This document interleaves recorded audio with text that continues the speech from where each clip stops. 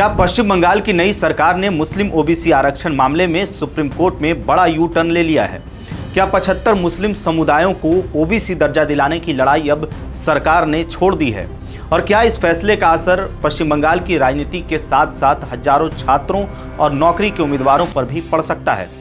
नमस्कार, the Hindi top देख रहे हैं आप और मैं हूं आपके साथ जानिसार खान। दरअसल पश्चिम बंगाल में ओबीसी आरक्षण को लेकर के चल रही सबसे बड़ी कानूनी लड़ाई में अब एक नया मोड़ आ गया है। राज्य की नई सरकार ने सुप्रीम कोर्ट में वह याचिका वापस ले ली है जिसके जरिए कलकत्ता हाई कोर्ट के उस ऐतिहासिक फैसले को चुनौती दी गई थी, जिसमें 75 मुस्लिम समुदायों समेत कुल 77 जातियों का ओबीसी दर्जा रद्द कर दिया गया था। सरकार के इस फैसले के बाद अब सवाल उठने लगे हैं कि क्या बंगाल के इन 75 मुस्लिम समुदायों को ओबीसी आरक्षण दिलाने की सरकारी कोशिश यहीं खत्म हो गई है और क्या अब उन्हें अपनी लड़ाई खुद सुप्रीम कोर्ट में लड़नी होगी? दरअसल आपको बताएं कि यह मामला उस समय का है जब ममता बनर्जी के नेतृत्व वाली तत्कालीन तृणमूल कांग्रेस सरकार ने कोलकाता हाई कोर्ट के फैसले को सुप्रीम कोर्ट में चुनौती दी थी। लेकिन वर्ष 2026 के विधानसभा चुनाव के बाद राज्य में सरकार बदल गई और अब नई सरकार ने सुप्रीम कोर्ट में अपील वापस लेने का फैसला कर लिया है।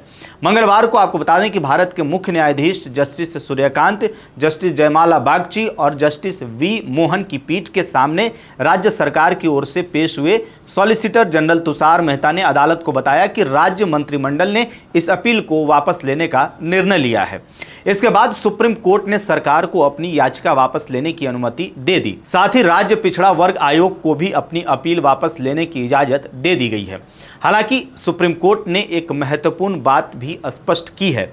अदालत ने कहा है कि यदि कोई प्रभावित पक्ष या कोई अन्य व्यक्ति इस मामले में अपील जारी रखना चाहता है तो उसे इसकी पूरी स्वतंत्रता होगी। यानी सरकार भले ही पीछे हट गई हो लेकिन कानूनी लड़ाई अभी भी पूरी तरह खत्म नहीं हुई है। अब सवाल यह है कि आखिर हाई कोर्ट ने ऐसा कौन सा फैसला दिया था? कोलकाता हाई कोर्ट ने पश्चिम बंगाल सरकार द्वारा ओबीसी सूची में शामिल 77 समुदायों को दी गई मान्यता को रद्द कर दिया था।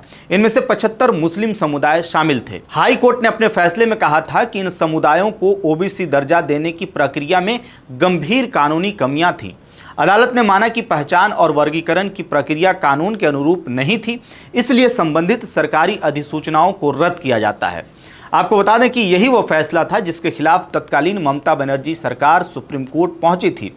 लेकिन अब सरकार बदलने के बाद नई सरकार ने उस चुनौती को ही वापस ले लिया है। इस बीच आपको बता दें कि कुछ प्रभावित पक्षों की ओर से वरिष्ठ अधिवक्ता शादान फरासत ने अदालत से अलग विशेष अनुमति याचिका यानी कि SLP दाखिल करने की अनुमति भी मांगी। सुप्रीम कोर्ट ने यहां पर साफ कर दिया कि सरकार की याचिका वापस लेने का मतलब यह नहीं है कि अन्य प्रभावित पक्ष अपील नहीं कर सकते।